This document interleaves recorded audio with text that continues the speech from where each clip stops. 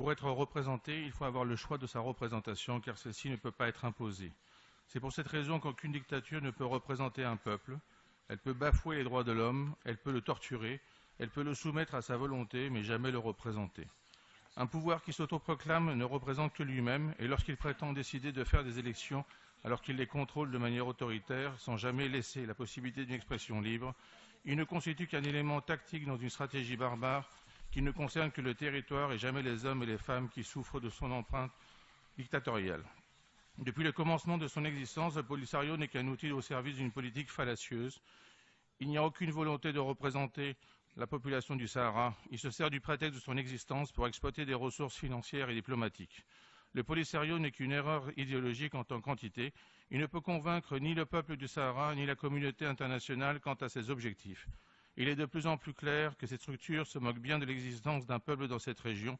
Sa vision ne serait aucunement différente si elle était inhabitée. Aussi, sa fonction principale, c'est uniquement sa capacité à provoquer des frictions locales pour déstabiliser la région. Le Polisario n'est qu'un collaborateur de bas étage, car il n'a pas l'envergure d'aller au-delà. Il ne lui est pas permis de jouer que de manière locale, et ce grâce à un mode de fonctionnement caché qui l'autorise seulement de survivre sans vivre réellement, afin d'être dépendant de sa source. Il est d'ailleurs intéressant sur le plan stratégique de remarquer que cette structure, qui parle sans arrêt d'indépendance d'un peuple, n'est pas capable de l'être elle-même. Le Polisario n'a que le statut d'un sous-fifre dans un affrontement qui le dépasse de beaucoup en raison de l'absence de sa représentativité. Le peuple du Sahara sait exactement de quoi il en retourne avec le Polisario, puisque ce dernier n'a jamais pu être viable en lui-même. Il sait bien que sans financement, il aurait cessé d'exister depuis longtemps. Ainsi, il n'attend rien de cette structure ni de son entité fantoche. Il a déjà fait son choix démocratique pour le représenter et celui-ci n'a rien à voir avec le Polisario. Il est conscient que cette erreur du passé n'est que le résultat d'une manipulation politique qui a pour but de contaminer la région sans se préoccuper de son sort. Le peuple du Sahara, qui vit déjà libre dans les provinces du Sud, a ses propres représentants.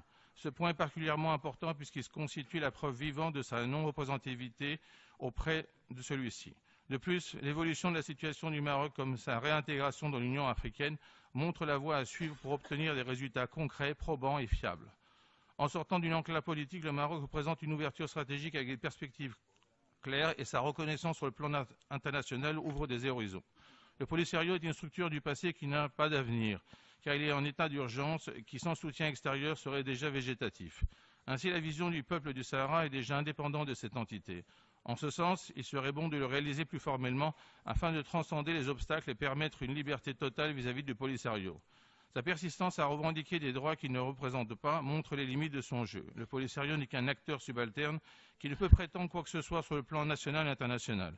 Seulement, tant que nous ne réalisons pas son caractère superfétatoire, nous lui donnons une importance qu'il n'a pas. Le peuple du Sahara sera définitivement libre lorsque le Polisario aura pris fin, car un peuple a besoin de s'exprimer sans avoir peur de représailles barbares.